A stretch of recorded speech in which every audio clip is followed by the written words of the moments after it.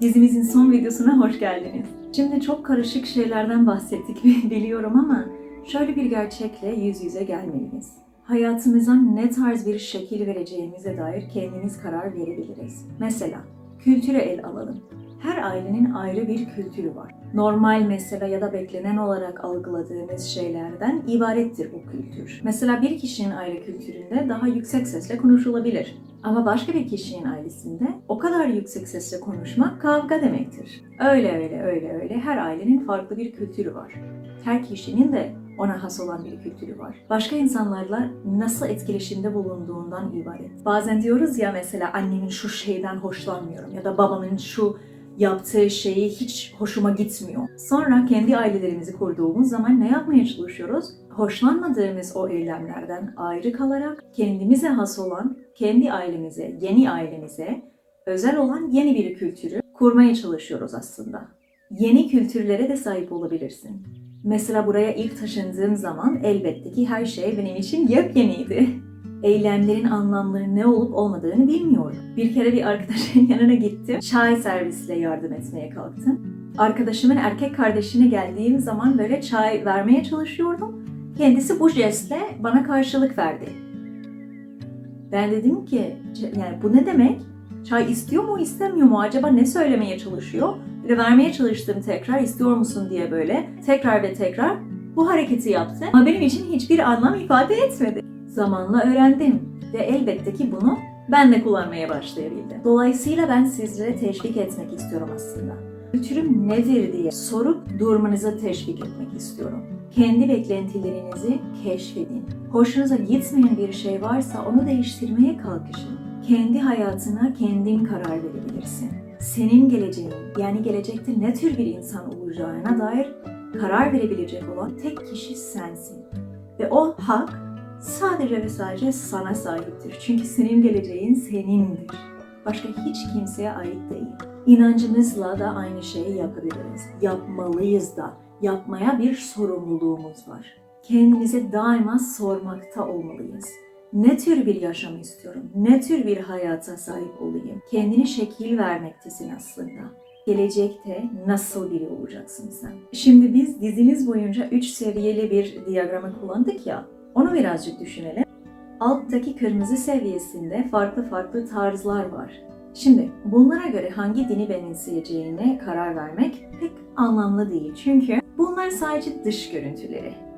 Hristiyan olsan da, Budist olsan da her türlü istersen başını örtebilirsin. Hristiyan olsan da, Budist olsan da, Hindu olsan da yine Hindistan'da yaşayabilirsin ya da Türkçe öğrenmeye karar verebilirsin benim yaptığım gibi. Dolayısıyla bu tarz konularda birazcık daha rahat olabilmeyi öğrenmeliyiz.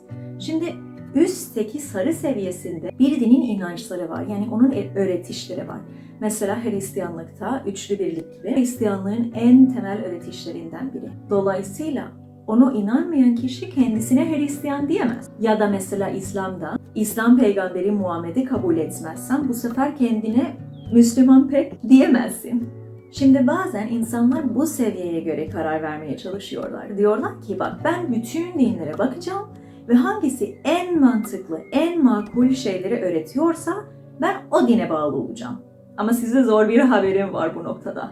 Tüm dinlerin bazı temel öğretişlerinde İnsan mantığıyla gerçekten açıklanamayan gizemler vardır. Buna gizemcilik dersen, tasavvuf dersen, mistisizm dersen farklı etiketler kullanabiliriz. Ama gerçek şu ki her dinin inanılmaz tuhaf yanları var. Her dinin gerçekten tuhaf öğretişleri var. İnsan mantığıyla bakarsan. O yüzden gerçekçi olalım. Büyürken bilmediğin bir dinin mistik alanlarını kabul etmek çok zor. Yani başka dinlere önyargılarla yaklaşmak en kolay noktalardan biri budur. Dolayısıyla acaba hangi dini benimsesem? Acaba hangi din en çok bana uygun sorusuna cevap verirken bu sarı seviyedeki öğretişlerinden başlamamak daha doğru olabilir. Çünkü ilk bakışta yalnızca sizin orijinal dininiz size mantıklı gelecektir.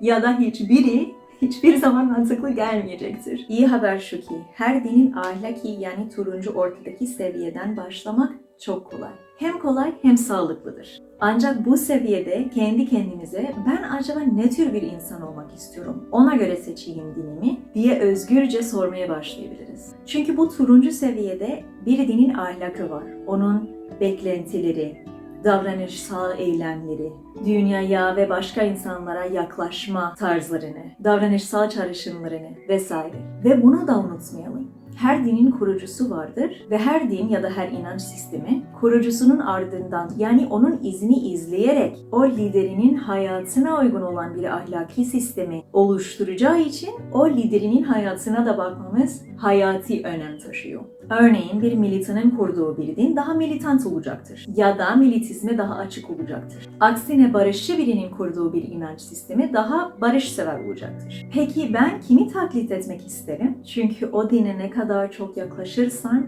o sonuca doğru götürecektir seni. Kendi hayatımda Hristiyan inancımızın kurucusu olan İsa Mesih asla savaşa girmedi. Aksine sana tokat atan kişiye öbür yanağınızı çevirin dedi. Size zarar verenlere bile affedip onları bereketleyin dedi. Bu ne tür bir yaşam beklenti? Ne tür bir ahlak bu? İşte bu tarz insanı olmak istediğim içindir ki bu inanç sistemini benimsememem mümkün değil. Ya da başka bir örnek verebilirim. İsa Mesih o kadar muhteşem bir öz bakım ve öz saygı sergiliyordu ki ondan öğrenmek istiyorum. İsa Mesih 30 yaşına kadar gelmeden önce hizmet hayatına başlamadı. Başladıktan sonra da yorulduğu zaman, üzgün hissettiği zaman ya da tek başına kalmayı tercih ettiği zamanlar insanlardan çok talep olsa da yine de biraz rahatlamak için, meditasyon yapmak için, dua etmek için ve yalnız kalmak için yani sessiz zamanını yapmak için zaman ayırırdı ve bu zamanları Tanrı'nın huzurunda zaman geçirerek ruhsal ve psikolojik bakımına çok değer vermekteydi. Bunların hepsi mesela olmayı arzuladığım şeylerdir. Şimdi şu turuncu seviyeye dayanarak dinleri karşılaştırmak inanılmaz bir macera olabilir. Gerçekten kendi geleceğini tasarlıyorsun ve nasıl bir insan olacağına dair kendin karar vermiş oluyorsun. Şimdi hesaba katmadığımız bir şey daha var. Semitik yani Sami dinler mesela Yahudilik, Hristiyanlık ve İslam gibi Tanrı'nın yaşayan kişisel bir varlık olduğunu öğretir. Bu ne demek? Yani kendi kişiliği derken öz itibarıyla belli öz karakteristikleri vardır, arzuları ve planları gibi. Aynı zamanda kişisel yani etkileşimin içinde bulunabilen bir varlık olduğu için bizimle konuşabiliyor, mucizeler yapabiliyor ve yüzünü bize gösterebiliyor.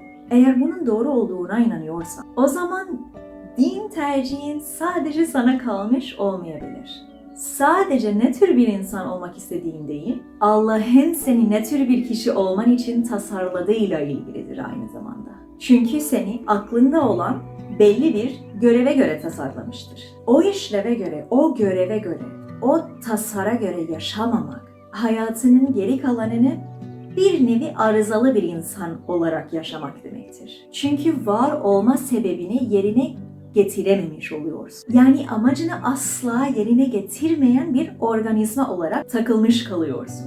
Bu nedenle inanç maceramızın önemli bir kısım dua olmalıdır. Allah'ın gerçek kimliği, gerçek özelliklerini nedir diye bize açıklamasını isteyen dualar. Aynen bu şekilde dua edebiliriz. Rab, yüzünü göster bana. Seni tanımak istiyorum. Ama insanların seni sergiledikleri gibi değil Rab. Gerçek seni tanımak istiyorum. Kendini bana göster. İncil der ki,